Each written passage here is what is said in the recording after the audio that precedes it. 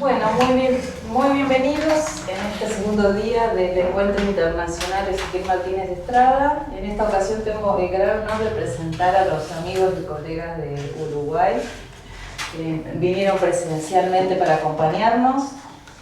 Pablo Roca es doctor en letras por la Universidad de Sao Paulo, profesor titular de literatura uruguaya en la Facultad de Humanidades y Ciencias de la Educación, donde dicta también literatura brasileña.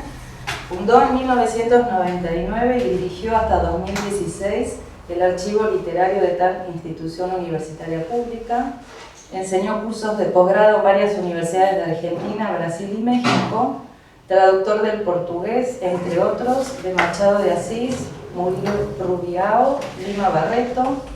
Entre sus libros se encuentran 35 años en marcha, crítica y literatura en el semanario Marcha y en Uruguay, en 1991 y reeditado en 2015. Quiroga, el escritor y el mito, 1996, reeditado en 2007. Historia de la literatura uruguaya contemporánea, 1996-1997. Codirección con Eber Raviolo. Ángel Rama, Emil Rodríguez Monegal y el Brasil, dos caras de un proyecto latinoamericano, 2006. Las revistas culturales del Río de la Plata, 1942-1964, con varias ediciones. Editó en 2016 la correspondencia entre Antonio Cándido y Ángel Rama. En 2021 publicó Historias tempranas del libro, impresores, textos, libreros en el territorio oriental del Uruguay, 1807-1851. Nos va a ofrecer una intervención conjunta con Rodrigo, el diálogo. El título de la presentación del doctor Roca es Martínez Estrada, entre Quiroga y Hudson. Le damos la palabra al doctor y la más cordial bienvenida. Muchas gracias, Adriana. Yo no sé cómo decirles, pero muy brevemente quiero decirles algo. Y es que cuando yo era más bien chico, leí el hermano Quiroga de Martínez Estrada. Yo no sabía quién era Martínez Estrada, por supuesto, tenía 15 años, 16. Me pareció un libro formidable, ¿no? A partir de ahí me empecé a interesar cada vez más por él y para mí realmente es una situación muy, para usar una palabra que normalmente no me gusta usar, muy emocionante estar aquí, poder estar en su casa y haber sido recibido con la amabilidad con la que me han recibido todos ustedes, tanto el presidente, el doctor Casanilla, como Nidia, Adriana, todos los integrantes del consejo y los amigos de aquí. Y también es muy importante para mí tener la posibilidad de participar con el licenciado Rodrigo Ríos, con quien hemos trabajado mucho en el curso de los años últimos, justamente a propósito de la relación de Quiroga y Martínez Estrada, a raíz de una tesis que él acaba de concluir.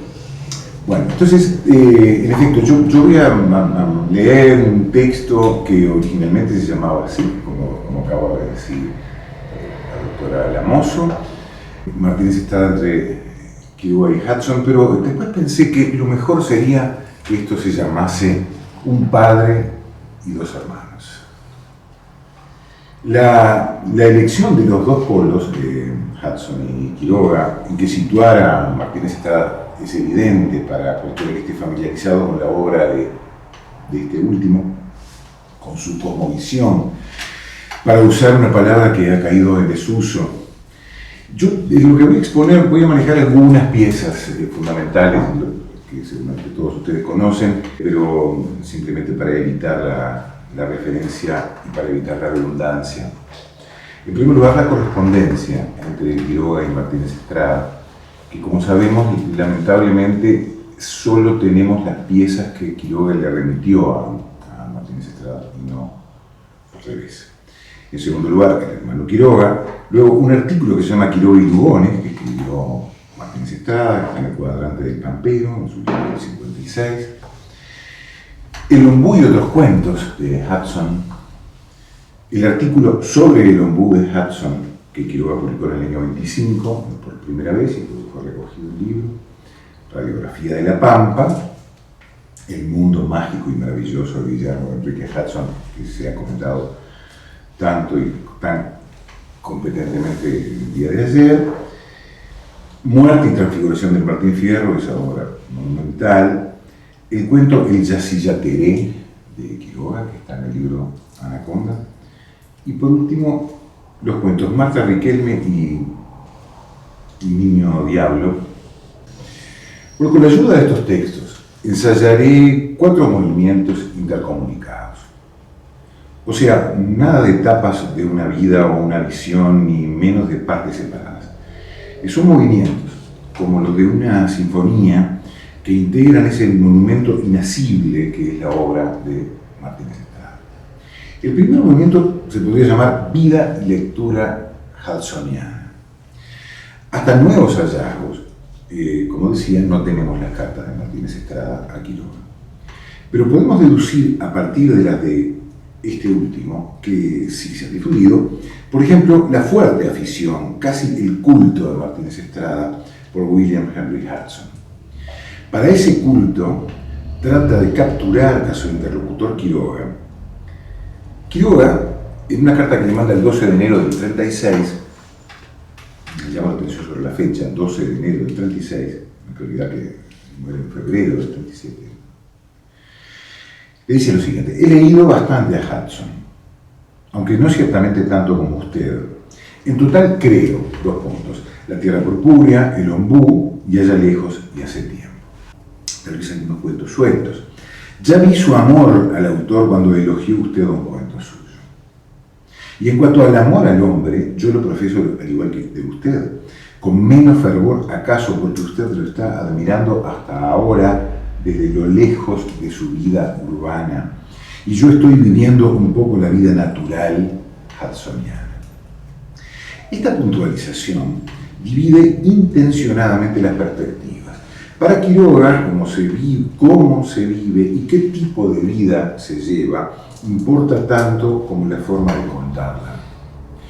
Esa alianza fraterna es Hudson para él.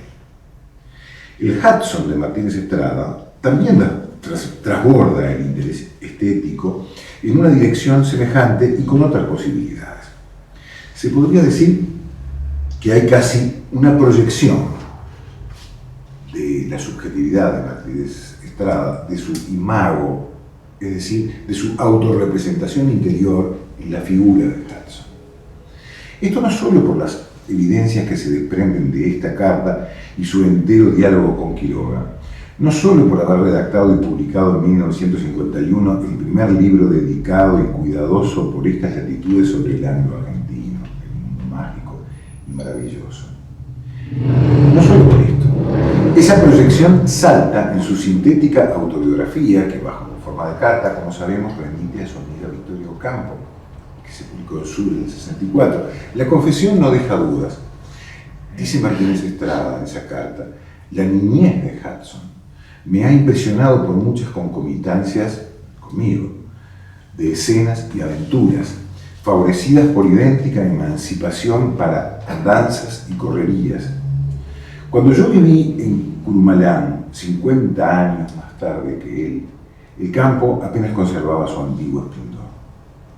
Dicho de otro modo, en la geografía transfigurada que pisó su doble, el mundo se empieza a revelar.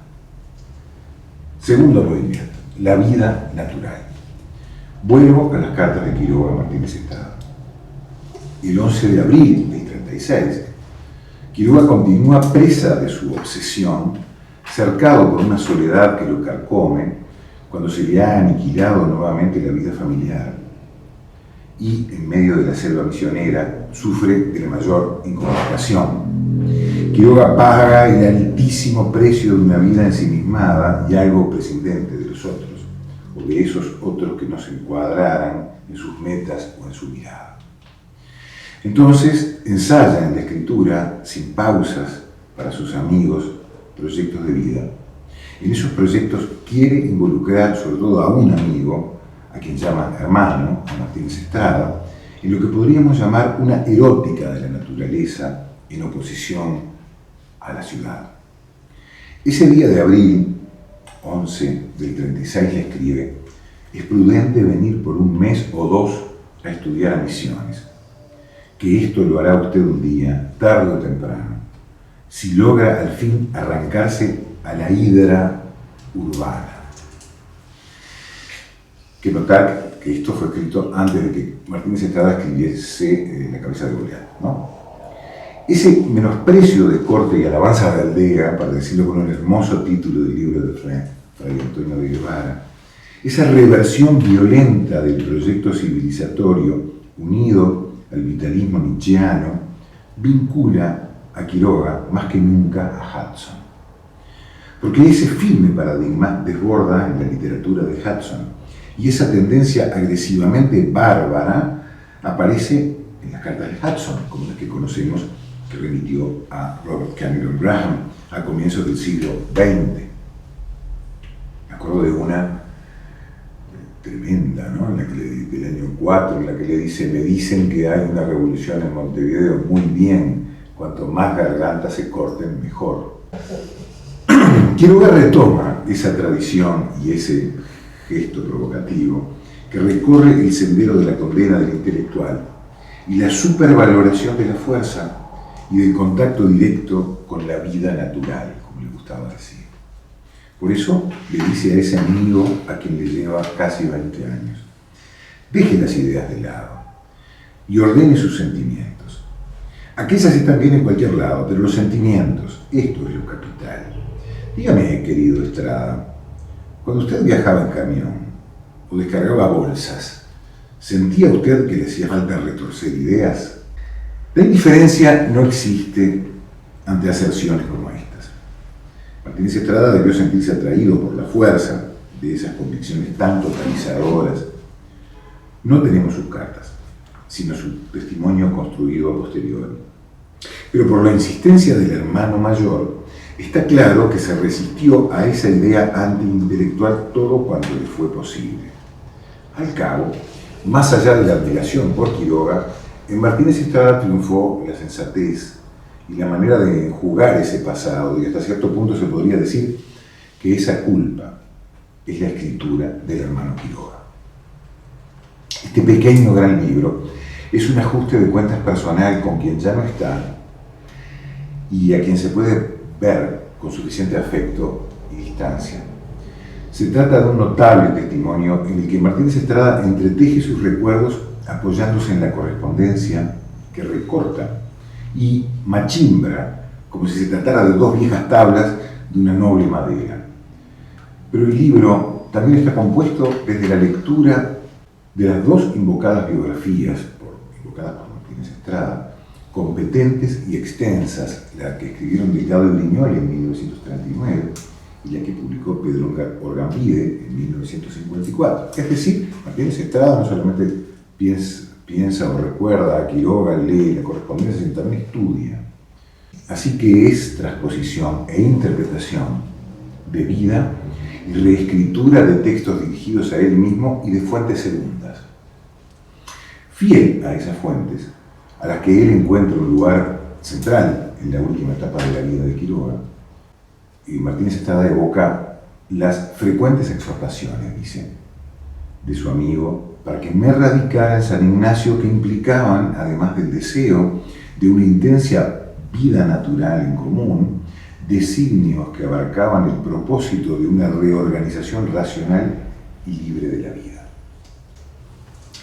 Todo se aprecia desde lejos, como si le hubiera sucedido a otro, pero no tanto, porque concluye, absurdo me parece también, mirado a 20 años de distancia, el proyecto de vivir aislados del mundo y simplemente el de vivir.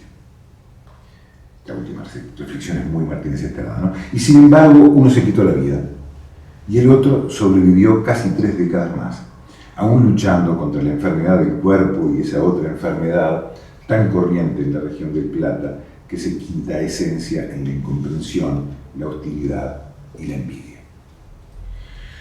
Aquel proyecto de volcarse por entero o prioritariamente a la vida natural, en efecto, parece delirante.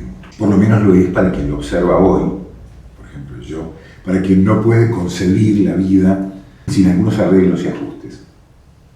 Martínez Estrada trató de salir de ellas, pero en 1936 no pudo hacerlo. En ese contacto, que se prolongó durante poco más de 3 años, Quiroga se comporta un poco desesperadamente, como si tuviera conciencia clara de la muerte que se autoinfligirá poco después de estas apelaciones. Y se comporta también un poco o un mucho egoísticamente. Más que comportarse como un personaje de sus ficciones misioneras, como suele decirse, Quiroga lo hace como el niño diablo del cuento homónimo de Hudson. Este cuento escribido en Lombú, y por confesión de parte, por supuesto, había leído. El niño diablo es un personaje impar, inclasificable, medio cristiano, medio indio, bastante enemigo de la civilización y otro tanto de la toldería. Sensible y seductor, generoso para tender la mano a quien le pide que lo ayude, desprendido de todo lo material, salvo de los caballos que roba y que necesita para atravesar la pampa, sin riesgos, para entrar y salir del territorio de quienes habían matado a su familia y lo habían llevado como cautivo cuando era pequeño. Quiroga estaba un poco cautivo por la selva, y su ostentación del trabajo físico y los 1000 oficios prácticos que sabía ejercer en ese ambiente no eran más que búsquedas desesperadas de sí y trampas al solitario. En relación a Martínez Estrada, Quiroga era un niño diablo al revés. Le ofrece 1 hectárea o más de su propia tierra, la roza, sin que el beneficiado se lo pida. Le avisa que solo necesita una señal suya, así sea mínima, para comenzar a construir una casa, para que su hermano venga a salvarlo a él, y según su idea, para que él pueda arrancarlo de los brazos de la hidra urbana. Nada pasa y todo esto queda en Martínez Estrada. Parece un episodio de novela. Y en efecto, de algún modo pasó a serlo cuando, a iniciativa del profesor Roberto Ibáñez, Martínez Estrada dona su archivo literario de la Biblioteca Nacional de Uruguay, las cartas de su amigo, y escribe su relato-ensayo, también estimulado por el buen olfato del mismo Ibáñez. Cuando relee esas cartas, Martínez Estrada es consciente de que Quiroga ha utilizado, bajo el recurrido ejemplo de la historia de San Michel de Axelmunde, a quien Quiroga no cesa de elogiar como modelo, esa forma de comunicación como una vía de narrar su vida en fragmentos. Martínez Estrada no podía aquilatarlo en 1957, cuando el epistolario quiroguiano apenas empezaba a publicarse. Es decir, en realidad la primera colección de cartas que se conocen son las de Martínez Estrada. Por tanto, él no tenía precedentes completos, salvo las biografías que había utilizado. Pero intuye, como fino lector que era, que hay en las cartas que le manda Quiroga a él una narración en cartas. Entonces dice: maestros o aprendices, todos novelamos nuestras vidas. 2 páginas después agrega: la desdicha familiar que lo adhirió a mí tan estrechamente es de carácter sagrado. Es un capítulo de novela, sin duda. Pero ¿cómo desligar en Quiroga la ficción de la realidad, la novela de la biografía? Como si no hubiera otro remedio u otra explicación de fondo para hacer el balance de aquellos días que se perciben como un tanto irreales, Martínez Estrada recupera al padre, a Hudson. Cuando se han descubierto como las miserias y las maravillas del mundo, se le pide a Dios, como lo hizo Hudson, que le deje a uno vivos los ojos en cualquier parte para poder seguir viendo su esplendorosa belleza. Y hacia el final del texto anuda esa analogía. Quiroga barrió en mí los últimos residuos de una educación deficiente y académica. Hudson, de su devoción, completaría la deseducación en la que, buena o mala, me encuentro satisfecho. En otros términos, Hudson es la clave para entender a quien, como Quiroga, y como antes el propio Hudson, había tratado de fundir la experiencia con la escritura. En esa tarea había logrado recuperar en otro escenario, el de la Pampa y alguna zona del norte, en el caso de Hudson, Jujuy, o el Chaco y las Misiones, en los relatos de Quiroga, una literatura verdaderamente americana, esto es, despojada de fervores nacionalistas, síntesis de lenguaje y vida. Esta idea nunca quedará quieta en Martínez Estrada. A ella volverá a lo largo de toda su vida, como cuando agrega a esa díada, Hudson Quiroga, a Lugones, en un artículo recopilado en el Cuadrante del Pampero. Quiroga y Lugones, dice, coincidían en las nobles prendas del escritor y del hombre, no vivieron ni escribieron para nutrir los apetitos voraces. Con Guillermo Enrique Hudson volverán algún día del destierro al disfrute de la vida perpetua.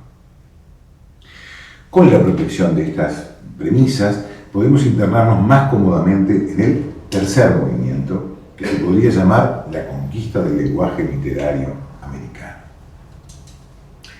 Esta pieza polémica y fundamental, que es Radiografía de la Pampa, del 33, que tantos entredichos levantó desde su publicación original, se ha leído desde muchos ángulos. No me ocuparé de la cuestión nacional ni de la interpretación del destino, que por extensión llamaré americano, aunque la Argentina suele ser reducido de lo argentino, ¿no? Este primer enfoque, que entendería al texto como artefacto sociológico y aún político, en evidente diálogo con el Facundo, como puede recordarse en tantas páginas, desde los trabajos de Pedro Argambide a los de Adrián Gorelick.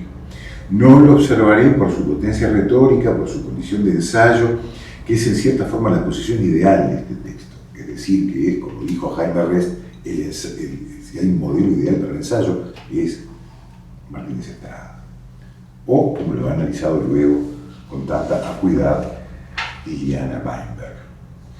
Quisiera detenerme en un punto que conviene a mi asunto y creo toca un nervio central, aunque en principio no lo parezca. Quisiera detenerme en el lenguaje. En Radiografía de la Pampa, la cuestión de la literatura y el lenguaje literario que discuta el Estatuto Nacional, una vez que ese espacio geofísico y simbólico, sobre todo, se asume como metáfora y metonimia del país y de América. En esa dirección, Martínez Estrada se involucra en una discusión que venía desde los orígenes mismos de la Revolución Americana. ¿Cómo emanciparse de España? No solo en el plano político, sino también cómo incorporar las palabras de la tribu, para decirlo con el sintagma de Mallarmé, a la gran corriente de la lengua. En una anotación muy propia de ese año 1933, Martínez Estrada escribe en Radiografía: no es extraño que aquellos como Sarmiento, Juan María Gutiérrez o como Lugones y Banks, cuyo idioma es típico de los intelectuales de conformación autodidáctica, manejen un lenguaje más rico y sustancioso y a la vez más conciso y sobrio que el de los mejores prosistas de España. Martínez Estrada participa de la convicción, ya bastante mayoritaria por estas tierras, de que el destino de la literatura que se escribe en español está más arriba y con mejores posibilidades en las antiguas colonias que en la gastada metrópoli. Esa posición podría llevarlo a la hipótesis criollista, que defiende que el desvío de la norma acompañaría a la fértil prosecución de temas locales adversativos a los que se promueven desde España. Martínez Estrada, en cambio, ve esta proposición, es decir, la hipótesis criollista, como un paralogismo de falsa oposición, como diría Carlos Ferreira. En sustancia, y hasta con Marcelino Méndez y Pelayo, Martínez Estrada piensa que la gauchesca, o por lo menos su pieza cúlmine, el Martín Fierro, es un libro profundamente español. Desde Radiografía, y por lo menos hasta la publicación del libro sobre Hudson, es decir, estamos hablando de casi 20 años, Martínez Estrada interroga una y otra vez la relativa vigencia y el dudoso margen de éxito de la poesía gauchesca. Para desatar ese nudo, otra vez Quiroga sirve como ejemplo. De su obra, dice en Radiografía de la Pampa algo que ha pasado inadvertido, me parece. Se da el caso, entre los escritores argentinos, de repudiar por instintivas incompatibilidades la forma castiza y correcta, El estilo de Quiroga, enjuto y matrero, sirve de buen ejemplo. La corrección fría no puede significarle nada. Si Quiroga es un gran prosista incorrecto, es porque la vida se le impone. Él es un maestro a pesar de todo, y por eso tenemos que llevar el caso al terreno de los escritores comunes. Se escribe mal porque secretamente avergüenza escribir bien. Se adopta modelos incorrectos porque no quiere uno someterse. Desdeñase no la gramática, sino las formas naturales de la construcción típica del habla que usamos, porque lo que tiene o quiere decirse corresponde a otra sustancia indómita de aquí o de otras regiones del globo. Eso de gran prosista incorrecto, eso de maestro a pesar de todo, no debió caerle muy bien a Horacio Quiroga.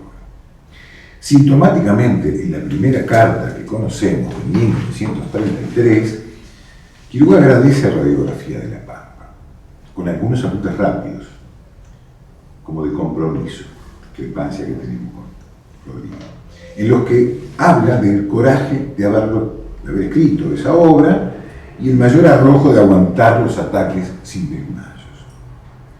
De la opinión algo retaseada sobre su estilo, no dice nada. Sin embargo, Martínez Estrada había hecho la mejor de las defensas de Quiroga en ese pasaje que acabo de leer. Desde hacía unos cuantos años, Quiroga venía padeciendo ese ataque, pero desde otros frentes enemigos, principalmente por parte de Borges y la revista Martín Fierro, como se ha estudiado en varias oportunidades.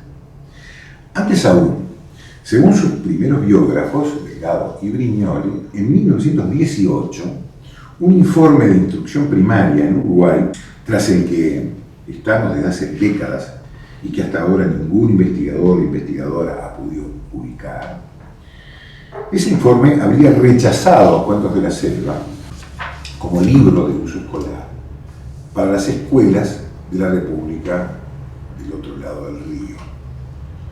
O sea, Quiroga quiso que Cuentos de la Selva se convirtiera en el texto de uso escolar, cual le venía bárbaro para obtener un buen rédito, ¿no? Pero fracasó.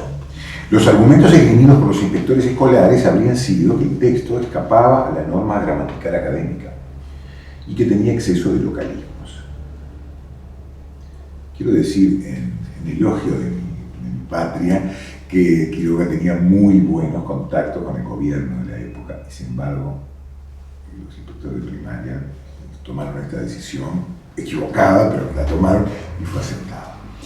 Ciertamente Quiroga no era ningún estilista. Esto llevó a que alguien sensible a las normas, como Guillermo de Torre, ya de vuelta de su juvenil ultraísmo, cuando se hizo cargo de las ediciones de los textos de Quiroga para la editorial Losada, de Torre corrigió su sintaxis y hasta le agregó un artículo al último de sus libros, de sus títulos, que de Más Allá pasó a llamarse El Más Allá. Correcciones de esta clase precipitaron una dedicada respuesta del crítico hispano-uruguayo José Pereira Rodríguez, pionero algo ignorado de la crítica hoy llamada genética. En 1933, Martínez Estrada, en Radiografía, en realidad había salido en defensa de ese estilo, en que importa más la manera de penetrar en la vida que el cincelado de la forma por sí misma. Un ejemplo que lo vincula otra vez al padre, a Hudson, Quiroga y el propio Martínez Estrada, esta vez como narrador, creo que nos puede auxiliar. El cuento El Yací Yateré, de Quiroga, reunido en Anaconda, hace gala del preciso código de las embarcaciones y la navegación en el río Paraná, que el narrador heterodiegético, o sea, total, de la historia conoce al dedillo. El episodio central de esta historia compromete a dos navegantes, un día de tormenta, a un inquietante espectador, un harapiento niño enfermo, presa de la fiebre, que los mira, y al canto de un pájaro. Se trata aquí de una simple superstición. La gente del sur dice que el Yací Yateré es un pajarraco desgarbado que canta de noche. Yo no lo he visto, pero lo he oído 1000 veces. Pero en el norte, el Chassé-Chateré es otra cosa. Esa otra cosa es el mito que corre por el norte argentino sobre los poderes del pájaro sobre algunos seres que elige llevarse. Así, el muchacho con meningitis, que observa, que reaparece al final como si fuese un alma en pena, aunque el narrador protagonista duda, a la vez que introduce esa duda en quien lee. Es decir, si fue poseído por el Chassé-Chateré o simplemente si está ahí objeto de su enfermedad. Quiroga está reelaborando un motivo folclórico, de esos que con tanta abundancia empezaron a multiplicarse por la literatura americana, y particularmente argentina, a comienzos del siglo XX, del XIX y comienzos del XX, pero no para volverlo a contar, ni para rebajarlo, sino para unirlo a la visión culta.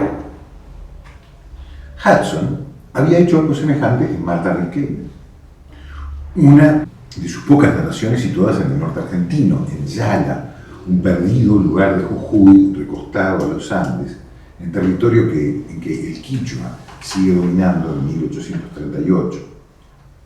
Dice, situación de la historia, momento en que se ubica la narración, por encima, dice Hudson, de los 3 siglos de conquista y cristianización. Hudson acude a la voz de un sacerdote joven y bastante letrado, seducido, aunque se reprima, por la belleza y la historia de Martha Riquelme, una adolescente deslumbrante, que luego se casa con un patán, como decían las historietas que uno leía cuando chico, se llama Cosme. Tiene un hijo de él, y cuando busca liberarlo al hombre de la leva, es robada por los indios. La historia es brutal y comienza con la negación, como lo haría Quiroga, de la superstición, dice, del cacué. Un pájaro que, dice Hudson, habita los montes más lóbregos y apartados y que todos conocen en la región por su terrible voz. Un interlocutor expone ante el descreído sacerdote que narra que el cacué es un ser humano metamorfoseado. La martirizada Martha Riquelme se transformará en el cacué luego de padecer infinitas penurias. Martínez Estrada, como sabemos, escribió un cuento homónimo, Martha Riquelme. No se trata, en su ejemplo, de la recuperación de un motivo folclórico, sino del homenaje a un personaje literario que se transpone a un vago círculo urbano y contemporáneo en las primeras décadas del siglo XX, un relato que se propone como glosa y prólogo de las dilatadas obras inéditas de esa mujer que ha muerto joven. La voz de una mujer sometida por su marido, por los indios, por la comunidad pequeña que la rechaza y mediada por la voz de un sacerdote, se vuelve, en Martínez Estrada, escritura que se transmite a medias por la falsa escritura de un prologuista que subsume la historia en la ficción. Detrás de esa operación literaria ya no está Quiroga, está más bien Kafka. Es decir, está la traducción como medio, como exégesis y como regla.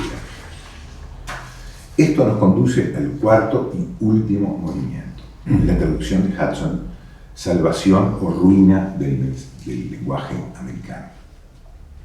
Como se sabe, la fortuna literaria de Hudson fue póstuma en este lado del mundo. La reivindicación primera de Borges en su artículo de proa que tituló La Tierra Cárdena, traduciendo de ese modo el propio Land, apuntó ya en 1925 la fuerza de esta novela en particular y postuló la supremacía estética de esta pieza sobre el Martín Fierro.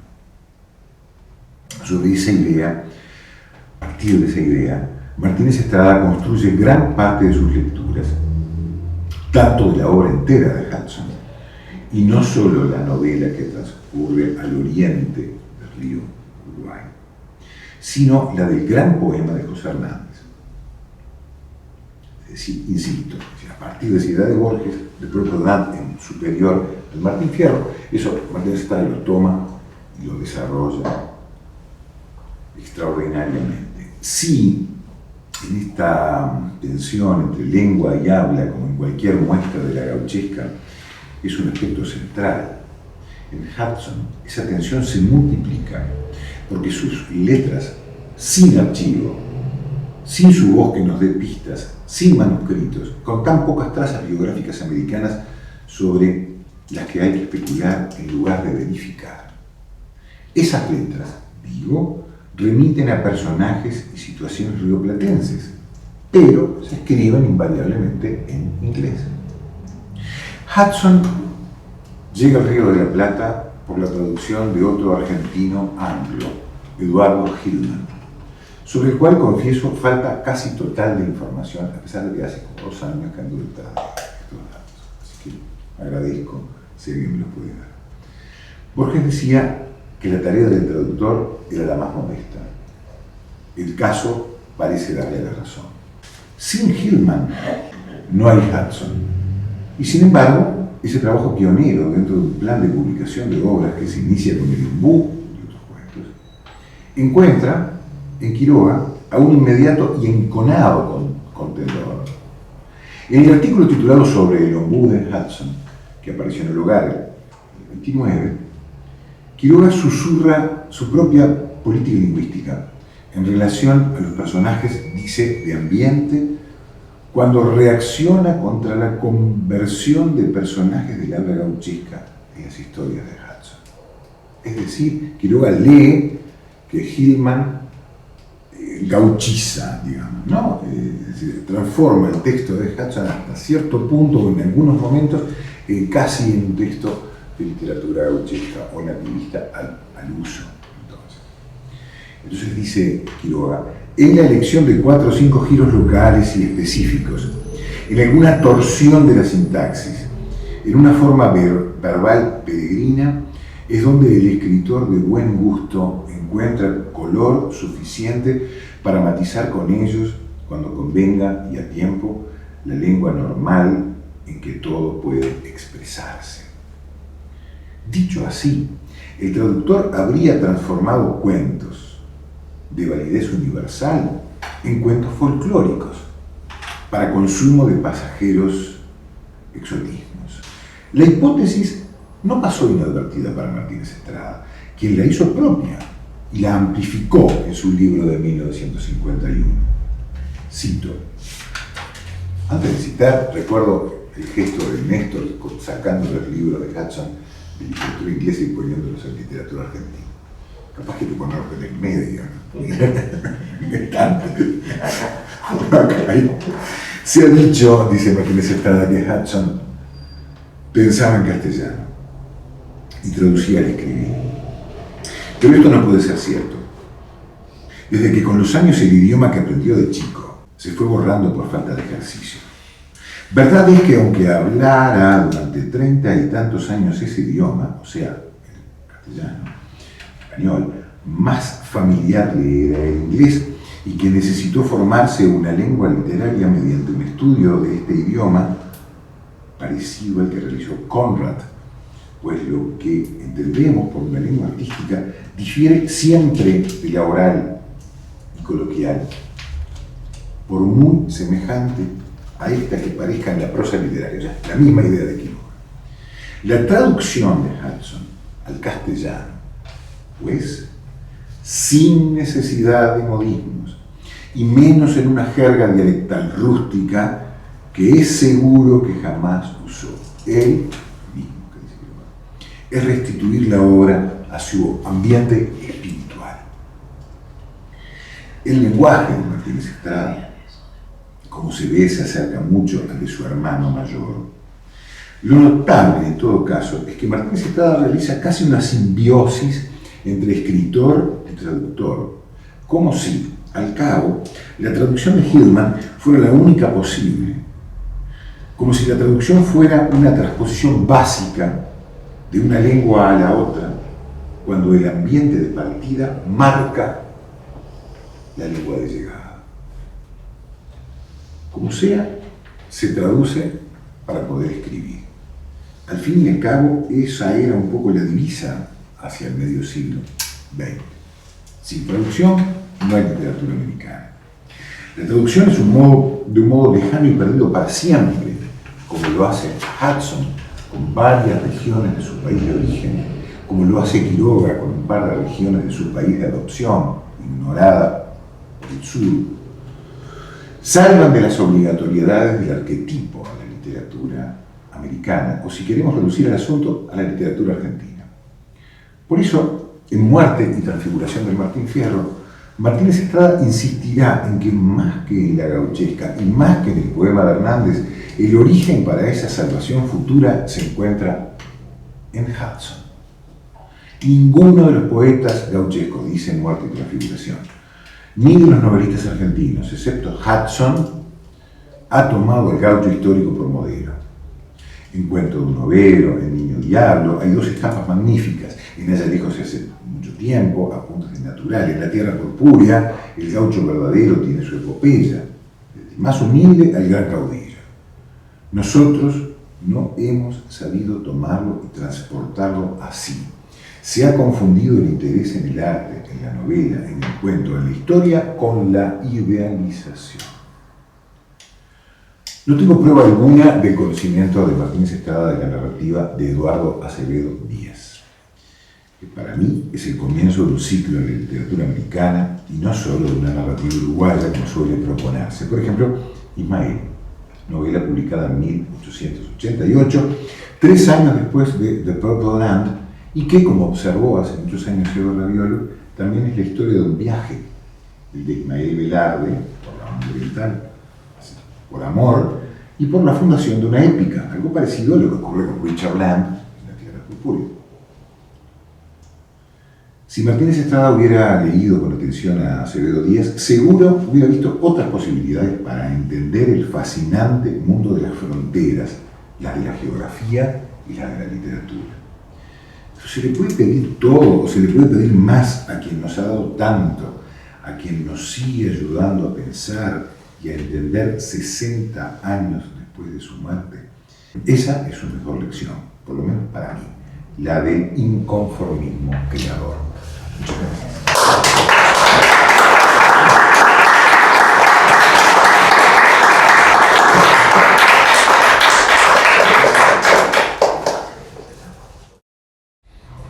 Bueno, agradecemos mucho la brillante presentación del doctor Roca, extraordinaria el rigor de su presentación, las articulaciones que podemos nosotros a partir de su lectura charlar entre distintas figuras, no solo de Ezequiel, sino con Horacio Quiroga y Hudson, una riqueza impecable, muy nutrido el recorrido, así que agradecemos muchísimo esta presentación. Y ahora vamos a escuchar a Rodrigo Ríos Pérez, licenciado en Letras por la Facultad de Humanidades y Ciencias de la Educación, UDELAR, en Uruguay, profesor de Español y de Literatura en el Instituto de Profesores Artigas, estudiante avanzado de la Maestría en Ciencias Humanas, opción Literatura Latinoamericana. Se encuentra dedicado al trabajo de tesis titulado Ezequiel Martínez Estrada, Horacio Quiroga, una relación más allá del testimonio. Actualmente trabaja como profesor de literatura, de idioma español en la Dirección General de Educación Secundaria de Uruguay.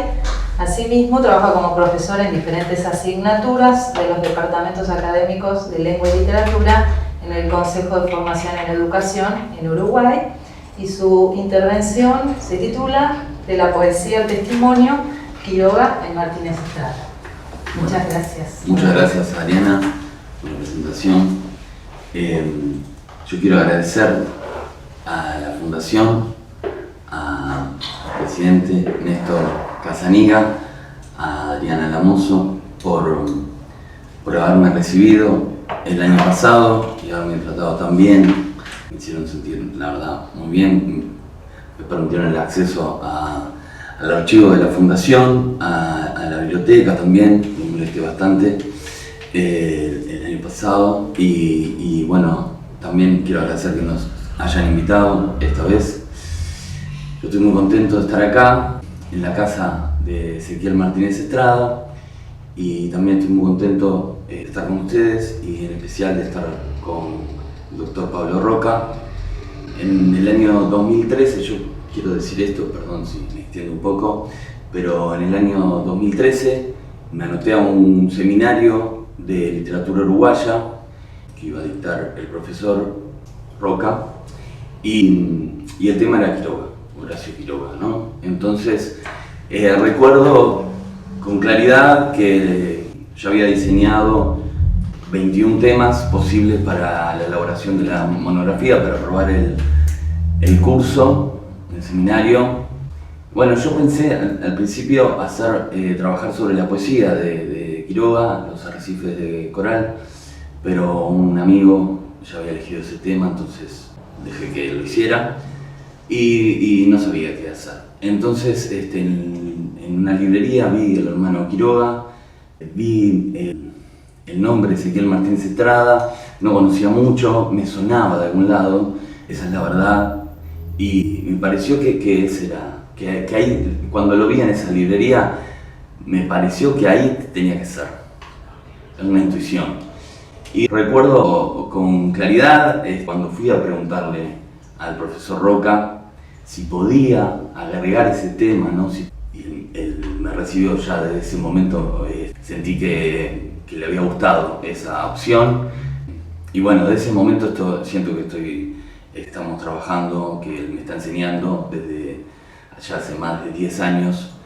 Realmente siento pasión por estudiar la obra de Martínez Estrada, tanto como por estudiar la obra de Quiroga. Estoy plenamente agradecido por toda la generosidad de Pablo, que hizo tantas cosas para que yo pudiera estar acá y pudiera acceder a... Sí, ya estoy terminando. Pero quiero decirlo porque para mí es muy importante estar acá y con todos ustedes, ¿no? Bueno, entonces yo voy a hablar, como dijo Adriana, sobre Quiroga en Martínez Estrada. Por lo tanto, voy a tomar algunos textos en particular y muchas de las cosas que iba a decir, de las citas también, hay algunas, ya las dijo Pablo, pero de todas maneras el enfoque es otro, así que capaz que hay una repetición, pero espero que tome otro sentido, ¿no? Bueno, en 1928 Martínez Estrada publica Humoresca quiroguiana en La Nación, un poema en homenaje a Quiroga. En El hermano Quiroga de 1957, Martínez Estrada se refiere a ese poema y menciona que Méndez Calzada consultó a Quiroga antes de publicarlo porque temía que no fuera de su agrado. Y Martínez Estrada confirma en el testimonio que no le había gustado mucho, pero de todas maneras a pesar de ese disgusto, es el principio de la relación más cercana, más íntima entre Quiroga y Martínez Estrada, porque según cuenta en el testimonio, luego Quiroga se presentó en la casa de Martínez Estrada. Martínez Estrada cuenta que él estaba de muy mal humor, pero ahí se inicia una amistad, lo que en principio se nombraría como una amistad. Quiero decir también que en el año siguiente ese poema aparece en el libro Humoresca, que incluye también textos de homenaje a otros autores que son importantes en la relación entre Quiroga y Martínez Estrada, como es el caso de Emerson, como es el caso de Poe también. Quiero decir sobre Humoresca quiroguiana que en ese texto Martínez Estrada combina la obra de Quiroga con datos biográficos que conoce de él. Por lo tanto, combina las ficciones de Quiroga con su vida.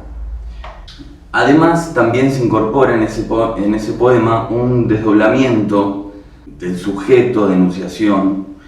Por lo tanto, se da una confusión entre los individuos a partir de la aparición de un hermano. Un hermano que se interna en el Chaco, en la selva, como lo hizo el propio Quiroga. Una de las subdivisiones de esa voz lírica muere, como sucede a uno de los personajes de Quiroga, que es el protagonista del cuento A la deriva. Voy a citar una parte de ese poema. A mi hermano agradábale la novela y el cuento, donde la vida brava y ávida como avispa conmueve un subcutáneo y hondo estremecimiento, de angustia que se inflama y de horror que se crispa. Cuadros de realidad prefería mi hermano, que fueran expresivos con suma sobriedad. Y aunque el tropo que empleo resulte chabacano, que chorreaban sangre de verdad.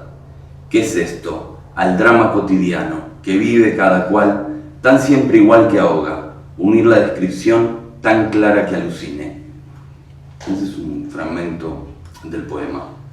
Lo que yo quiero destacar de este fragmento son las expresiones la vida brava, cuadros de realidad, sangre de verdad y drama cotidiano. Porque son nociones que serán retomadas más adelante por el propio Martínez Estrada y establecen un vínculo semántico entre sus obras, con la interpretación que hace de los cuentos de Quiroga, la vida de Quiroga y luego, posteriormente, la construcción de su testimonio sobre Quiroga. De todas maneras, es importante ya dejar en claro que a través de estas imágenes poéticas, Martínez Estrada destaca los rasgos que le interesan, por un lado de la escritura y por otro lado de la persona de Quiroga. Esto lo explica en el testimonio, en el hermano Quiroga, y voy a citarlo. Conversando con Quiroga se tenía, por lo regular, la impresión de que actuar e imaginar eran desdoblamientos de una función cuatridimensional y que la referencia a una lectura entraba por derecho propio a la vida cotidiana, como una situación o un diálogo podía encajar en un cuento. Mi humoresca quiroguiana estaba enfocada así. Entonces, por esta explicación que hace de la perspectiva con la que compuso Humoresca quiroguiana, se entiende que por un lado está lo que es ficción, lo que se entiende claramente por ficción, o al menos se propone así, lo que no lo es. Por otro lado también está la escritura y la lectura, ¿no? Esas cuatro dimensiones en la figura de Quiroga. Por otro lado, quiero mencionar a Teresa Alfieri, que propone que el hermano Quiroga es una continuación de Humoresca quiroguiana, por la comunión espiritual entre estos dos autores y porque ya aparece el tratamiento de hermano. Además, Alfieri dice que no solo la obra cuentística de Quiroga había incidido en Martínez Estrada, sino también la persona, porque había encarnado los ideales de Turó. También en el testimonio Martínez Estrada reconoce que él abandonó la poesía y emprendió otros caminos de penitencia por la amistad con Glusberg y con Quiroga. Por otro lado, quiero comentar otro texto de Martínez Estrada, pero dedicado a una novela de Quiroga, una crítica a Pasado Amor, de 1929, el mismo año en que se publica la novela. En esta crítica, Martínez Estrada habla de lectura contemporánea, entre otras cosas por, y cito, la dura verdad que pone en lo que dice, por la manera endiablada de hurgar hasta el hueso en las partes que más duelen. Ese reconocimiento está en consonancia con lo que había expresado en el poema y también con algo que es importantísimo en Martínez Estrada, que es lo verdadero, la cuestión de la verdad en la ficción, en las ficciones de Quiroga. Bien, y ahora voy a pasar a hablar de Radiografía de la Pampa y quiero comenzar con una cita de la correspondencia está en la primera carta que se conserva, escrita por Quiroga, dirigida a Martínez Estrada. Y voy a citar esto. El país tiene por fin quien descorrió su tabú, que persiste, según usted lo confirma, respecto de los próceres. ¿De dónde sacó usted el coraje para escribir su radiografía? Se lo necesita y muy grande. Sacras felicitaciones, compañero. Bueno, eso está en la primera carta. Y lo llama compañero, que no le dice hermano. Luego, con el transcurso del tiempo, comenzará a llamarlo hermano, hermano menor. La correspondencia va de 1934 hasta 1937, hasta febrero de 1937, el mismo mes en que muere Quiroga. No se vuelve a mencionar radiografías de La Pampa en la correspondencia. Es llamativo que, de alguna manera, de lo que se conserva, empieza con ese elogio, pero después se desvía, ¿no? O sea, no se vuelve a hablar sobre ese ensayo. E incluso lo que se menciona de las obras de Martínez Estrada son las cosas que está escribiendo o está pensando, que son algunos cuentos y un drama. Bien, entonces voy a hablar de Radiografía de La Pampa y yo quería citar el fragmento dedicado a la escritura de Quiroga, pero ya lo citó Pablo, entonces lo que voy a hacer es citar la última parte de ese párrafo extenso en el que habla sobre la escritura de Quiroga. Cito: se escribe mal porque secretamente avergüenza escribir bien. Se adoptan modelos incorrectos porque no quiere uno someterse. Desdéñase no la gramática, sino las formas naturales de la construcción típica del habla que usamos. Porque lo que tiene o quiere decirse corresponde a otra sustancia indómita, de aquí o de otras regiones del globo. Repúgnase eso que está anastomosado al mismo idioma. Quien escribe mal, si no es un torpe, es un descontento de su estirpe. Y quien escribe o habla mal el idioma, tiende a no concederle sino un valor convencional. La exactitud, la elegancia, la fluidez son suplantadas por la vaguedad, el abandono, la rudeza. A esa altura, el idioma herramienta se transforma en idioma arma. Bien, sobre la cita queda claro que para Martínez Estrada, en primer lugar, Quiroga es un maestro porque escribe con vida. Esto es una idea que ya Pablo mencionó, que es importante, que sobresale en la obra de Martínez Estrada, que es la búsqueda de conjunción entre literatura y vida. Y además destaca que no se puede comparar a Quiroga con los escritores comunes. Está más allá de los escritores comunes. Bien, ahora voy a pasar a los homenajes que Martínez Estrada le dedicó a Quiroga cuando murió. En 1937, en el discurso fúnebre que se publicó en Sur con el título Horacio Quiroga, Martínez Estrada da su visión sobre las fuerzas que interactuaban en su amigo. Cito: iba a colaborar con la naturaleza en sus obras con la misma buena voluntad que la naturaleza puso al colaborar en sus cuentos. No había en su ascetismo amargor ni uranía. Hombre y naturaleza eran así. Más tarde comprendimos que en su retiro participaban por partes iguales las fuerzas que lo atraían desde la tierra y las suyas que lo empujaban hacia ella con avidez de raíz. Se puede observar en esta cita que Martínez Estrada le adjudica ciertas fuerzas a la figura de Quiroga que son similares, si no son las mismas, que desarrolla a lo largo de Radiografía de La Pampa, esas fuerzas de la tierra determinantes. Según Martínez Estrada, Quiroga lograba actuar según esas fuerzas y a su vez estas le devolvían la posibilidad de plasmarlas en sus narraciones. Cada uno de sus gestos y actos emergía de oscuras y remotas fuentes, con toda la tierra por base. Además, Martínez Estrada insiste en la soledad como una búsqueda o un destino para Quiroga. Bien, en este discurso también prepondera la vitalidad, vuelve a preponderar la vitalidad en la literatura de Quiroga, y cito: él nos ha enseñado que la sangre es la mejor tinta. Se retoma de lo mismo que había aparecido en Humoresca Quiroguiana. También en ese homenaje se refiere a la amistad, la importancia de la amistad para Quiroga, y cito: la amistad era para Quiroga un ejercicio trascendental. Por medio de la confidencia, la amistad se levantaba a categoría de acto religioso. Nos hizo el bien de amarnos y el de permitir que le amáramos de igual a igual.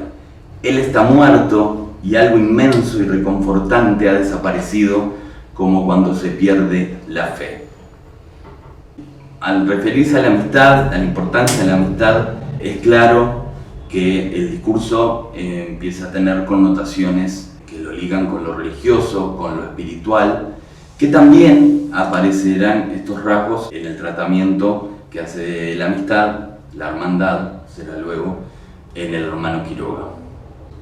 Otro documento que es relevante para la representación de la figura de Quiroga en Martínez Estrada es el texto Mascarilla Espiritual de Horacio Quiroga, que se publica también luego de la muerte del escritor uruguayo. En este texto, Martínez Estrada aclara que es consciente de la futura permanencia de la leyenda en la representación que el público general se formará de Quiroga, y afirma que acaso eso sea mejor porque contribuirá a la devoción por Quiroga. Y cito: la leyenda de un Quiroga misántropo y egoísta será difícil de borrar en la imaginación de quienes no conocieron de él sino su obra literaria y algunos de esos adustos retratos. Esa opinión acaso no se desarraigue, ni vale la pena. Los errores también sirven en la verdadera devoción. Martínez Estrada también en ese texto cuestiona las posibles limitaciones que podría tener Quiroga.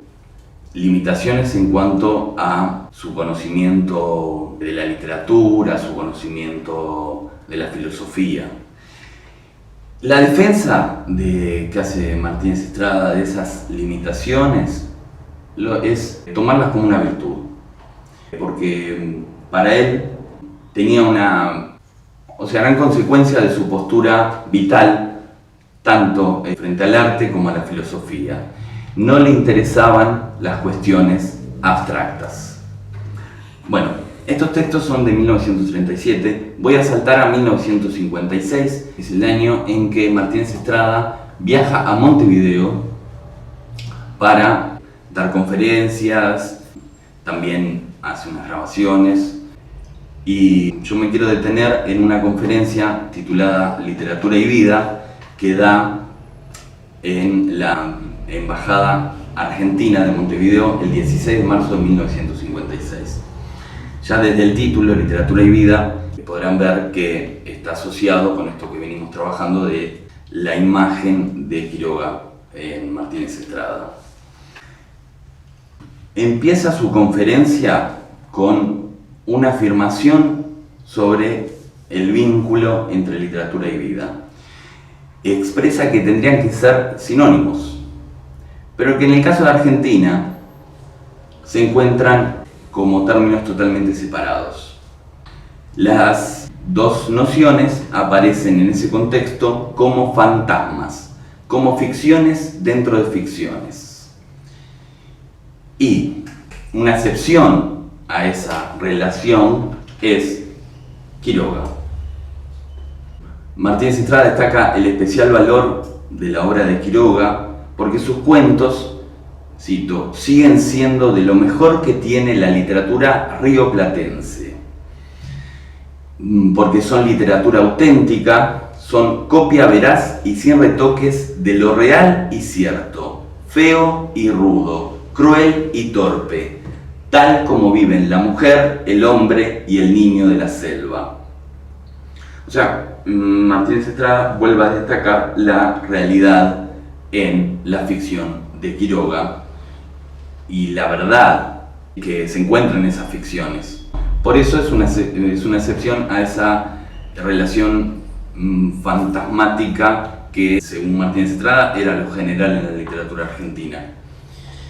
Destaca en las producciones de Quiroga la copia, la realidad, y menciona que no traiciona ni desfigura la realidad. Y la realidad siempre es su supremo artífice de belleza, de verdad y simpatía.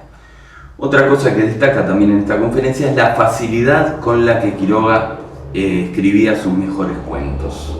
Para Martínez Estrada, esta facilidad viene dada por el hecho del trabajo a lo largo de años en la escritura de cuentos. Y se lograría solo si uno puede acercarse a la vida y estar al servicio de la vida, lo que se vincula con los homenajes, de los textos de homenaje ante la muerte de Quiroga, cuando decía que Quiroga era impulsado por las fuerzas de la tierra y que las fuerzas de la tierra le habrían permitido poder escribir esos cuentos. Sobre el final de la conferencia, Martínez Estrada expresa el deber de la literatura, y lo cito. Tendría que ser la literatura el órgano de penetración en las entrañas de la tierra y del habitante, el vínculo de solidaridad y simpatía, la argamasa de la solidaridad humana que empieza por la solidaridad familiar. En esa solidaridad, recordemos que está en Montevideo, quiere incluir a los uruguayos, la solidaridad entre argentinos y uruguayos como hermanos. Esto es muy importante porque ya en el año 1949 Martínez Estrada había donado los documentos que tenía de Quiroga a Lineal por pedido del profesor Roberto Ibáñez.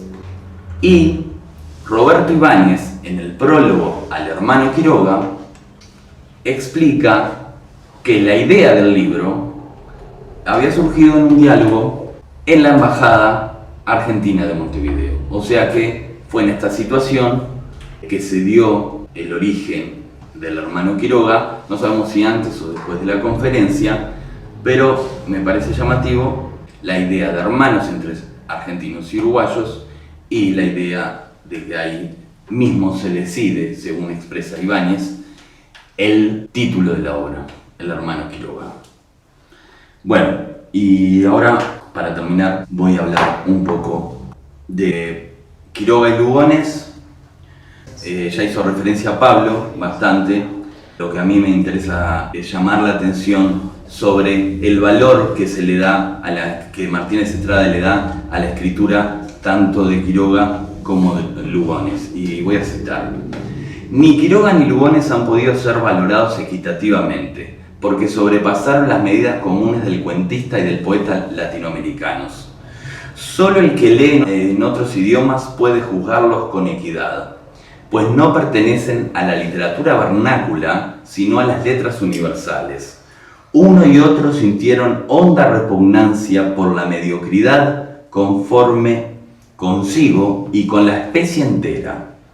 Lo que ellos despreciaron fue la plebeyez del alma, que contamina casi siempre hasta las ideas más puras. Ahora pagan su impuesto a las divinidades autóctonas. Esta separación de determinados escritores que realiza Martínez Estrada, destacar a Quiroga y en este caso también a Lugones de los escritores comunes, es algo que ya lo había hecho con Quiroga en varias situaciones y, como había dicho Pablo, incluye en ese grupo, no es hermandad porque Hudson no entraría, pero podría ser, en algún sentido podría incluirse, ¿no? Pero también incluye a Hudson. Quiroga, Lugones, Hudson como escritores superiores que están lejos de los escritores comunes y además se encuentran olvidados. Entonces él escribe estos artículos para recordarlos como un deber de memoria. También hay en el el texto Quiroga y Lugones, está incluido dentro del cuadrante del Pampero, una descripción de Quiroga en el hospital. Me parece llamativo porque es un episodio que Martínez Estrada también recupera en el testimonio, en el hermano Quiroga, y también, creo yo, tiene vínculos con un fragmento de La cabeza de Goliat y también con un cuento que escribe en 1957 que se llama Preludio y fuga. Aparece esa visita al hospital comentada, narrada, en diferentes textos de diferente manera. En Quiroga y Lugones aparece así, voy a citar: daba la impresión de un faquir que realizaba la última prueba de su soledad. En la mesita de noche siempre alguna orquídea, sobre una silla la pila de libros que significaban para él horas y días de tregua. La amistad lo retornaba al mundo, a donde regresaba con el candor de un niño abandonado. La ternura humedecía sus bellos ojos angélicos, celestes y dóciles. Y por entre las fibras textiles de su barba diabólica, sus labios delicadísimos y finos borbollaban en anécdotas y recuerdos. Contar y oír eran su gozo, a condición de que no se le insinuara que volviera a escribir. Entonces sus ojos miraban fijos y su boca frutal desaparecía en la profundidad de la maraña, como si se le hubiese herido a traición. Destaco esta cita porque de nuevo hace referencia a la importancia de la amistad para Quiroga, como ya habíamos visto, y también porque claramente afirma la sentencia de Quiroga de no volver a escribir. Esa intención de la literatura y vida como una misma cosa, ¿no? Llevar la vida a la literatura, se habría acabado ya para Quiroga. Hay una explicación para esto en El hermano Quiroga. Lo que dice Martínez Estrada tiene que ver con lo que aparece en Quiroga y Lugones.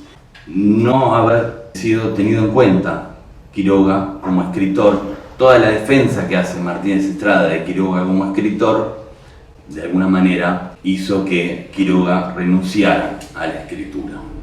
Y quiero cerrar con la referencia a la hermandad en El hermano Quiroga. Martínez Estrada expresa que el encuentro con Quiroga era para los dos individuos más bien un encuentro consigo mismo. Este rasgo habría sido advertido primero por el escritor uruguayo, por su fineza. Una hermandad que le produjo a Martínez Estrada a la vez el descubrimiento de una nueva vida y una nueva verdad, y un enriquecimiento de su propia persona. Por otra parte, Quiroga recuperaba por esta relación un bien perdido, un elemento que Martínez Estrada le devolvía. Ese sería el sentido místico de esta amistad, una pureza religiosa que provocó la conversión de Martínez Estrada, cuya prueba sería el cambio en su producción literaria. Martínez Estrada explica el término hermandad para referir la necesidad de entregarse a otro preservando la integridad individual de uno mismo. Ese elemento se puede saciar en el caso de los dos escritores por sentir que son dos copias de una misma sustancia. Incluso las discusiones que llevan a cabo son producto de las contradicciones que cada sujeto tiene consigo mismo en su interior. Ser uno mismo con otro porque ese otro también es uno.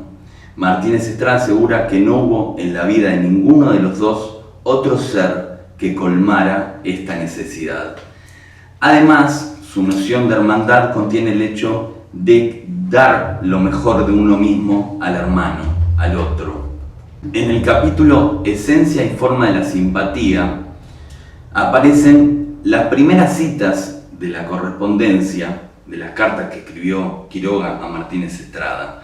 La primera pertenece a la carta del 30 de junio de 1936, y cito: «Hay que ver lo que es esto de poder abrir el alma a un amigo, el amigo, supremo hallazgo de una eterna vida. ¿Cómo voy a estar tan solo entonces?». La segunda corresponde a la misma carta, y cito: «Se tiene una inmensidad cuando se tiene un amigo como Dios manda».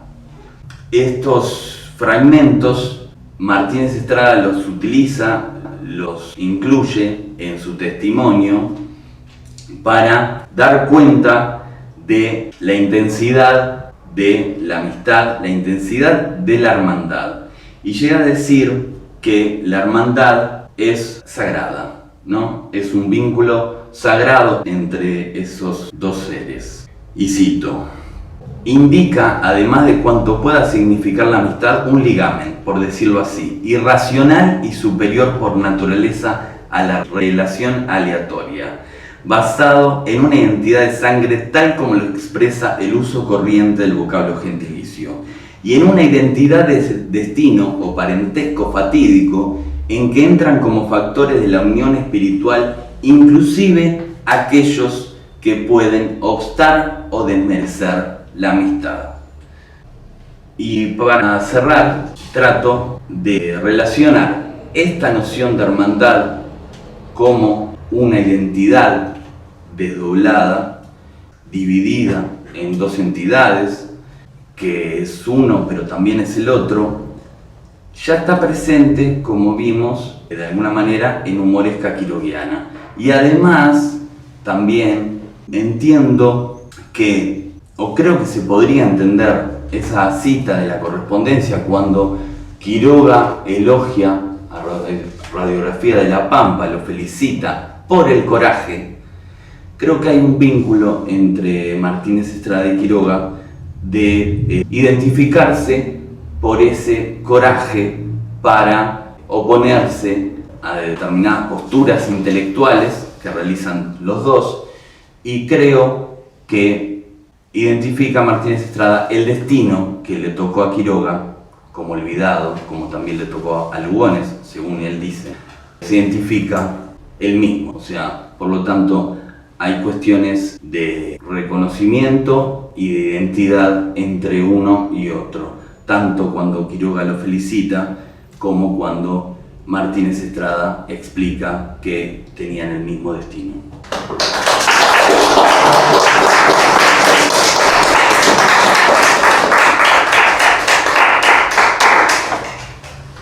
Agradecemos muchísimo la excelente participación de Rodrigo. Estaba pensando en el sensible recorrido que ambos realizan en virtud de la cuestión del uso del lenguaje, ¿no? Como un modo de leer vinculante entre las distintas figuras.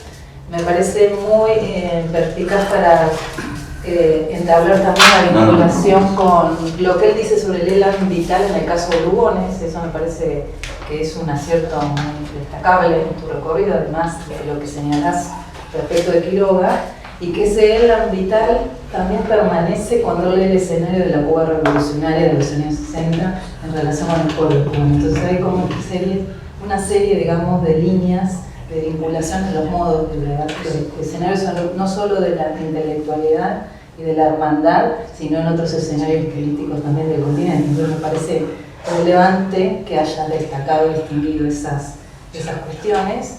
Y bueno, les quería consultar en relación con esta cuestión si esa política y poética de la escritura lo han pensado también en virtud de una posición que los reuniría en relación también de diálogo y de disputa en el escenario de la cultura argentina, en relación con otros intelectuales de la época, ¿no? Con los que también están disputando ese escenario, ¿no? En términos de la poética y de la política del decir, de los modos de leer.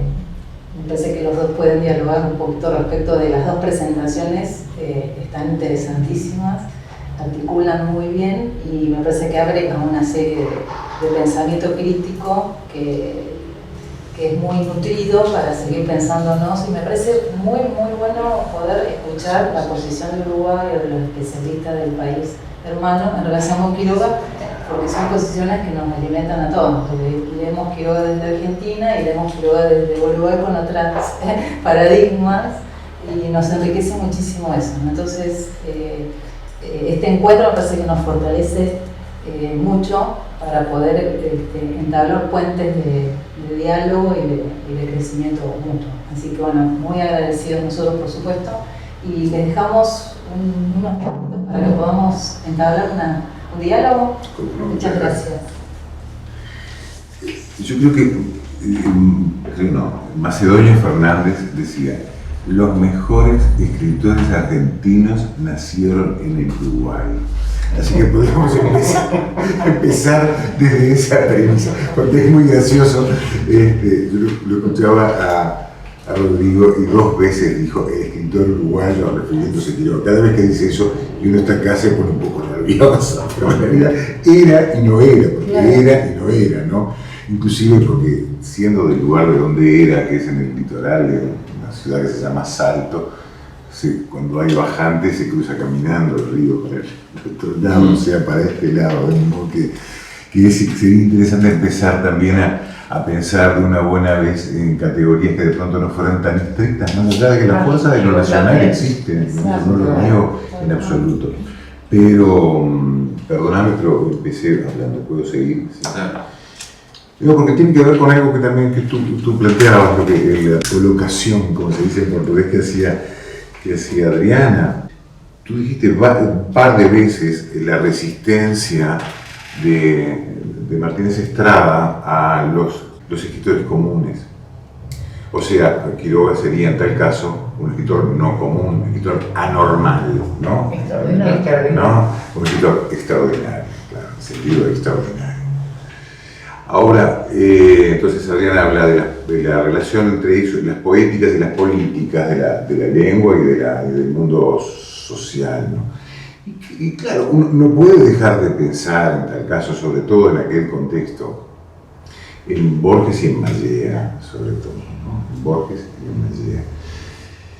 Todos sabemos de la relación compleja que tuvo Martínez Estrada con Borges. Ayer hablábamos unos minutos a ese respecto, y de cómo Borges, por un lado, lo respetaba mucho, lo admiraba mucho y al mismo tiempo lo atacaba mucho. Justamente en que es una de las preguntas que te quería hacer, en una de las conferencias, creo, que dicta en Montevideo en el 56, después de la caída de Perón, en la embajada argentina, Martínez Estrada larga su famosa hipótesis acerca de que, digamos, el peronismo es la presencia de las masas en la política argentina y que no queda ciego frente a eso, y Borges reacciona furibundamente, ¿no? Con un texto publicado en Sur. O sea que, por ese lado, siempre hay discordancia.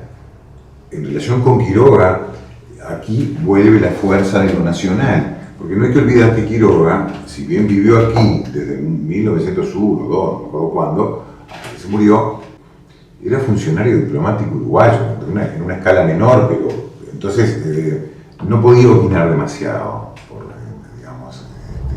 sobre la situación local. En todo caso, sí sobre la cuestión, digamos, más literaria, a pesar de que él tiene varios artículos políticos, algunos de los cuales han sido recogidos hace muy poco, estaban perdidos en la prensa, como siguen todavía muchos más, sobre la Revolución Rusa y cosas por el estilo, ¿no? Pero sobre cuestiones políticas internas, más bien no tanto, ¿no?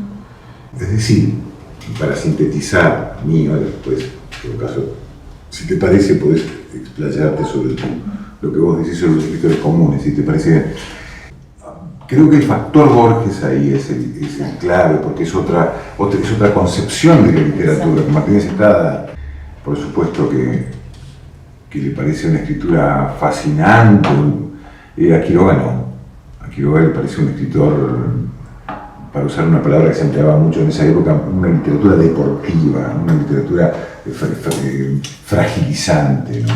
Hasta cierto punto frígida, ¿no? Y entonces, por ese lado, no puede haber contacto, no puede haber comunidad alguna, ¿no?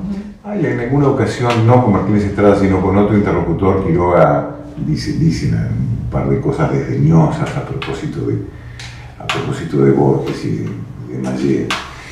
Para terminar, no puedo dejar de pensar en ese sentido en la gran reivindicación que hacen de Martínez Estrada el grupo Contorno, ¿no? En particular David Viñas, y bueno, y también Sebrelli, el Sebrelli de aquella época, que dicho sea de paso acaba de fallecer, ¿no?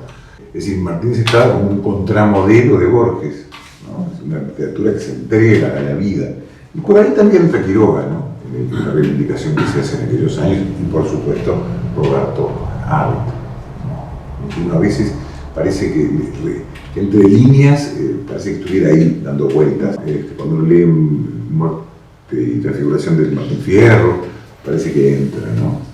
Pero no. Sí. No, perdón. No, pero claramente no lo nombra. No, explícitamente no. Perdón, te iba a decir con respecto a tu exposición y tu capacidad de traducción y todo eso, ¿no has pensado en traducir el hermano Quiroga para el portugués? ¿Sería necesario? No sé si soy capaz, competente como para traducir al portugués un texto. Me esfuerzo, lo hablo, me esfuerzo en tratar de escribir mis cosas, pero siempre le pido a amigos que voy eligiendo de a uno para no fatigarlo demasiado, cambio el repertorio, que me detecten me aplasten los errores, sobre todo en las preposiciones, que es el gran problema de las lenguas. Pero creo que Brasil se debe a un conocimiento más fuerte de Martínez Estrada, sobre todo porque en Brasil, y creo que hay un trabajo, si no recuerdo mal, de un uruguayo, se llama Enrique Rodríguez Larreta, en que compara Casa Grande Sensada de Gilberto Freire con Radiografía de la Pampa, que son dos libros coetáneos, ¿no? Pero me parece que Brasil se debe una discusión más fuerte con Estrada, ¿no? Así como tal vez Argentina y Uruguay se deban un conocimiento más fuerte de Gilberto Freire, entre otros, ¿no? Sí. Y con respecto a las cartas de Ezequiel Martínez Estrada a Quiroga, Sí. ¿intentaron algo con el Museo Quiroga de San Ignacio? Sí.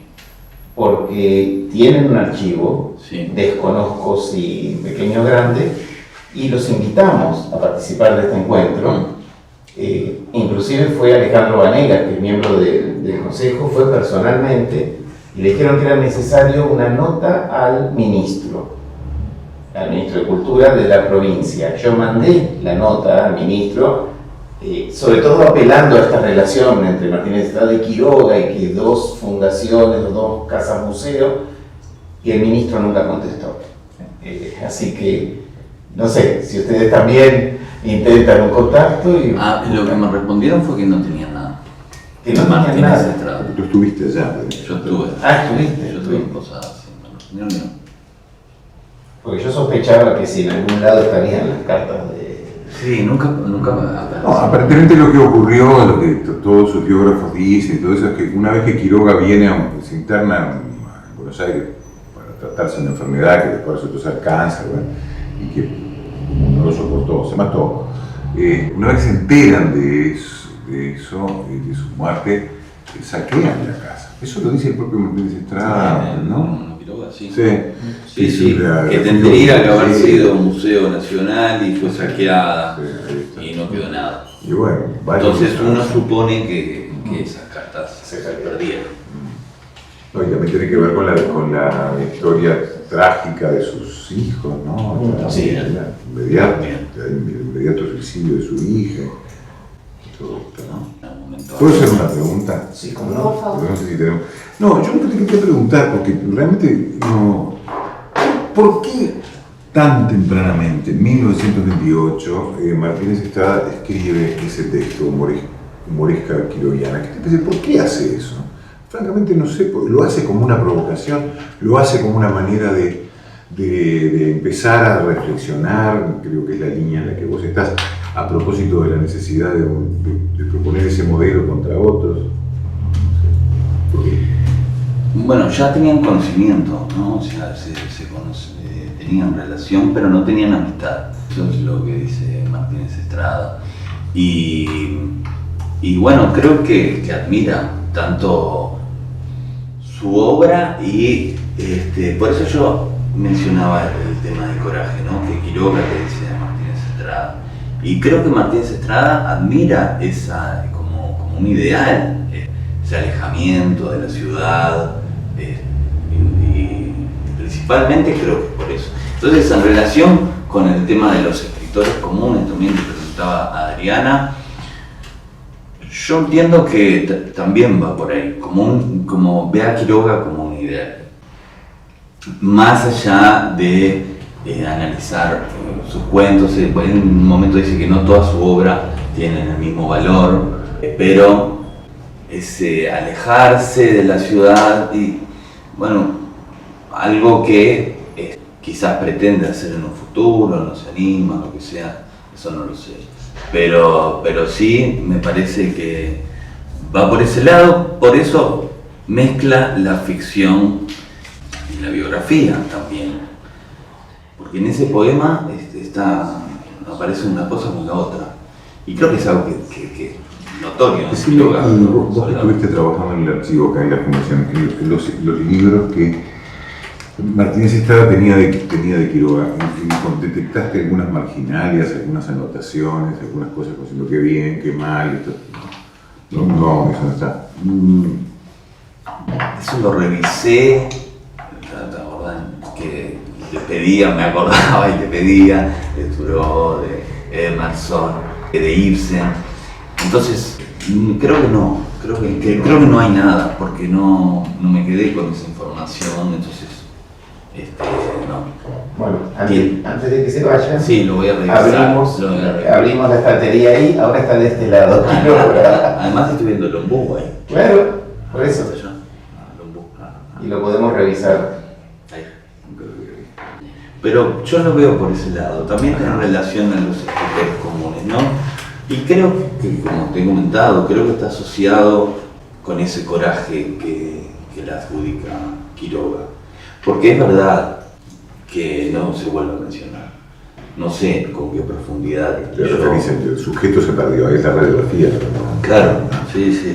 Coraje Sí. por escribir Radiografía de la Pampa. Ajá. No se vuelve a mencionar en la correspondencia, pero justo dice quién descorrió el tabú, ¿no? Y bueno, Martínez Estrada sí, yo qué sé. A mí me parece que es un comentario muy... Chao, se terminó, ¿no? Y después pasa a otras cosas y nevermore. Pero bueno, inclusive lo del hermano mayor, hermano menor, me parece que también es como una manera, si se quiere, de... En fin, quiero decir, no veo por parte de Quiroga, no conocemos la correspondencia de Martínez Estrada, pero no veo un interés genuino en la obra de Martínez Estrada. No recuerdo, me podés corregir, sí. si querés, claro, ninguna carta en la que le diga, he leído tal cosa suya, qué bien, agarra por acá. No. Bueno, como dije, de lo que habla es de lo que se ve que Martínez Estrada le dice, mira, estoy pensando en esta obra de teatro, en este cuento. Entonces, muchas veces aparece al final de la carta, háblenme más de sus cuentos, ¿no? Un abrazo, ¿no? Y discuten sobre teatro, que ahí entra después Ibsen, ¿no? Que aparece la discusión. Sí, pero es más Ibsen y más lo que significa, sin duda, digamos, la metafísica de Ibsen que es Estrada. Claro. Lo que le dice Quiroga es que él duda de si el argumento para la obra de teatro puede llegar a ser representado, si realmente tiene un valor para el escenario. Y después aparece. ¿No has leído algo de Pirandello? Sí. Como por ese lado, ¿no? Son Por eso que van saliendo. Sí. Lo de las grabaciones del año 56, eso, yo no conozco eso, ¿no? Eso lo menciona Benedetti. Lo menciona, pero ¿dónde están? ¿Ustedes tienen esas grabaciones? Las grabaciones de las conferencias que dicta Montevideo Martínez Estrada en el 56. No. Las grabaciones que tenemos son de lectura de su propia literatura por parte de Martínez Estrada. Esa es la voz que tenemos de Martínez Estrada. Sí, no, Benedetti no dice que hayan sido grabadas, sino que fue a grabar. Entonces capaz que es eso. ¿Ustedes saben dónde? No, son hechas por la radio de la Universidad de La Plata. Entonces capaz que hay más grabación. Y no, eso pudo, les digo porque quizá les puede interesar a ustedes. Puede estar en el SODRE, que es el Servicio Oficial de Difusión Radiográfica del Estado. Capaz que grabó. Sí, sería buenísimo. Vamos a buscar ahí. Sí, eso lo menciona Benedetti. En un artículo de esta mañana, Un ¿no? artículo, no, de marcha. De marcha. De marcha. Bueno, y vos no me vas a preguntar nada a mí, bueno, entonces no pago.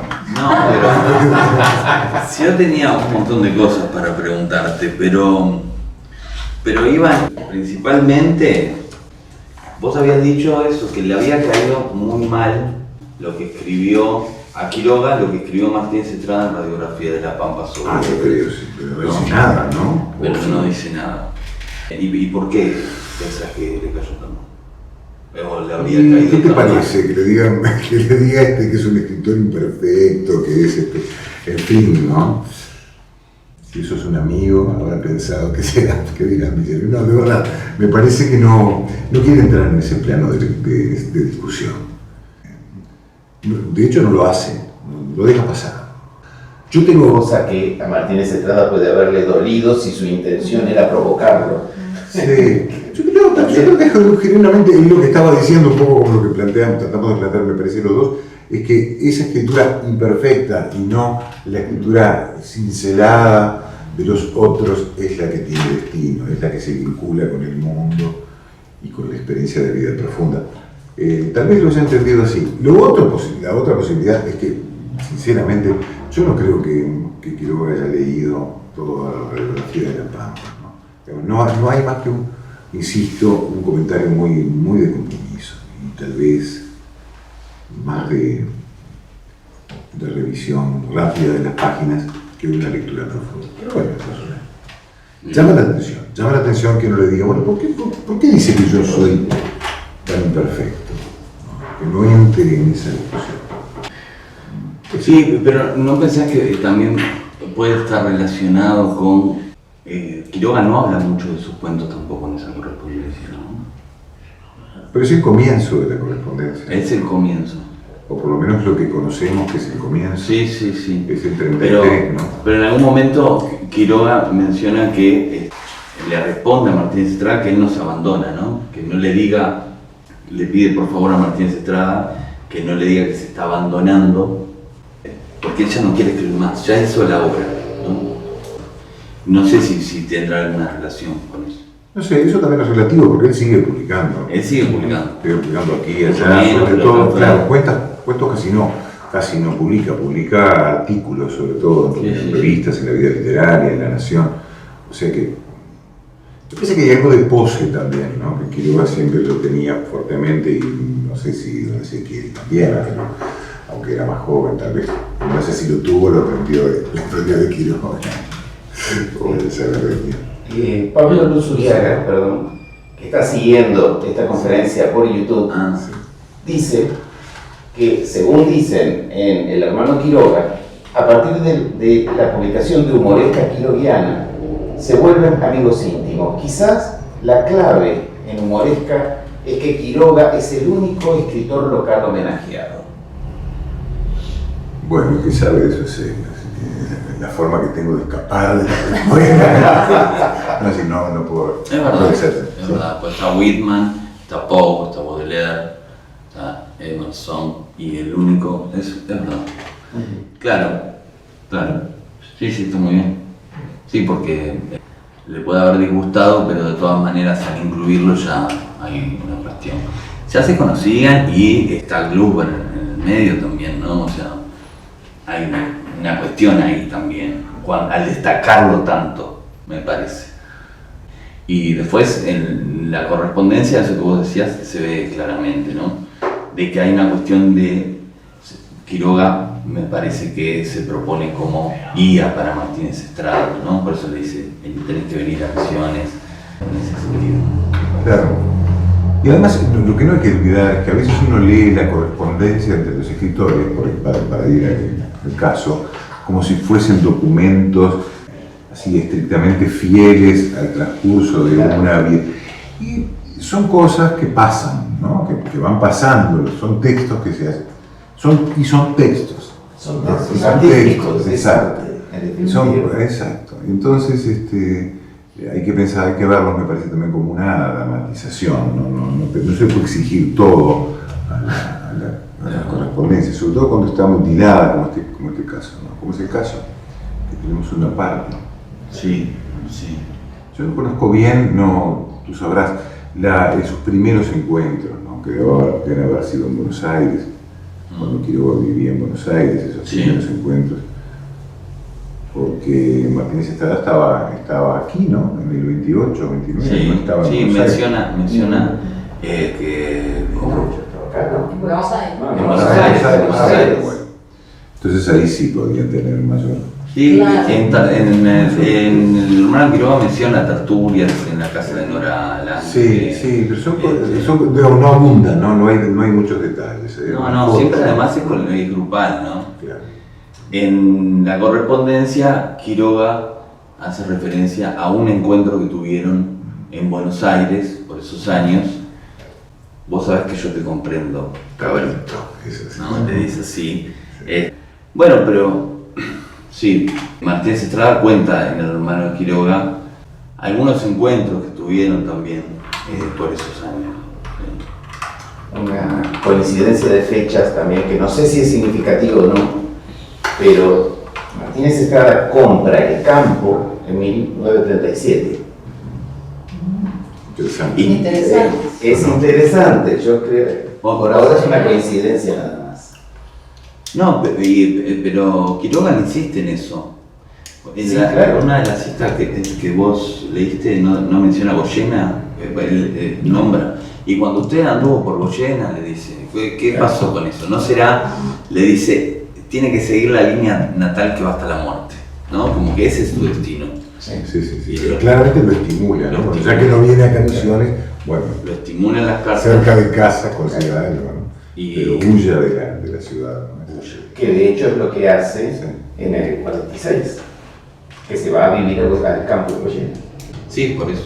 Y ahí aparece el lamento también. Yo recuerdo el concepto de, bueno, que utilizamos mucho, entre ellos Liliana, cuando habla, Liliana Weimber, del horizonte de elegibilidad de época, ¿no? Entonces, Claro.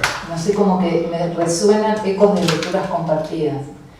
Para esas concepciones sobre el arte y la literatura, las funciones del escritor que vos recuperabas, Rodrigo, y Henry Thoreau, ¿no? En relación con esto que estamos conversando. La foto de Henry Thoreau y Ezequiel leyendo, no sé, como que lo voy naturalmente articulando con lo que ustedes están nombrando, ¿no? Y Munch. Y Munte. No sé si viste esto de cerca. Lo vi ayer. Bueno, esto es una carta que le escribe a su esposa Agustina, y el retrato de Munte Lo hace él. lo copia él. Sí, lo copia. está en un libro de Munte. Como Hudson, amante de los pájaros. Y habla de Hudson y de los El pájaros. hermano de Ah, Es extraordinario. Quiroga. Sí. En ese sentido, Identidad también Quiroga es de- importante. Igual, ¿cómo? Lo que dice al final, ¿no? Es de una bondad, sin debilidad, algo de Quiroga y de nosotros. Como un poco eso es lo que decía, sugería Diana, ¿no? El intento de crear como una nueva familia literaria o de referencias, una nueva comunidad de lectura, una comunidad de lectura que está perdida, que está en cierta forma acorralada por el intelectualismo cada vez más creciente. y Julien Benda, ¿no? Ay. La relación de los intelectuales. Claro. Son ecos de voces que están transitando estos recorridos, ¿no? Y los dos como lectores también, no sé si es una figuración mía o si existían estos encuentros también en relación con Quiroga lector y Ezequiel Martínez Estrada como lector. Me los imagino, capaz que estoy ficcionalizando el escenario. Sí, pero bueno. Pero bueno, como hay tanto diálogo, Bueno, no, hay lecturas, ¿no? Está lleno de encuentros sí. de lecturas. Sí. ¿o no? Por la larga la discusión sobre Brand, que Ah. dicen, por ejemplo, para empezar, ¿no? Parece extraña, ¿no? Cosa obsesiva. Que él después, viste, que Martínez Estrada dice como que no le interesaba tanto, como que el otro se exageraba un poco. Bueno, nota. es una de las discusiones que se oponen en las interpretaciones Claro. y Quiroga se enoja. Ay, qué lindo eso. Quiroga se enoja. No se construye ese escenario. me parece Sí, tan interesante. y bueno, creo yo que es importante porque el proyecto de vivir juntos, ¿no? De la convivencia en Misiones, que como decía Pablo, más que nada era de Quiroga. Yo creo que a Martínez de Estrada le interesaba el proyecto que estuviera escrito en las cartas, ¿no? Pero no, y alentaba que estuviera escrito en las cartas. Pero él lo dice, incluso lo dice Quiroga, que Martínez Estrada teme el encuentro cara a cara. Pero en ese proyecto Quiroga le dice algo así, ¿no? Como que se imagine las noches en Misiones, leyendo, compartiendo una discusión sobre Tolstoy, sobre Ibsen. Sí, está ahí. Sí. Es la idea. Muy interesante.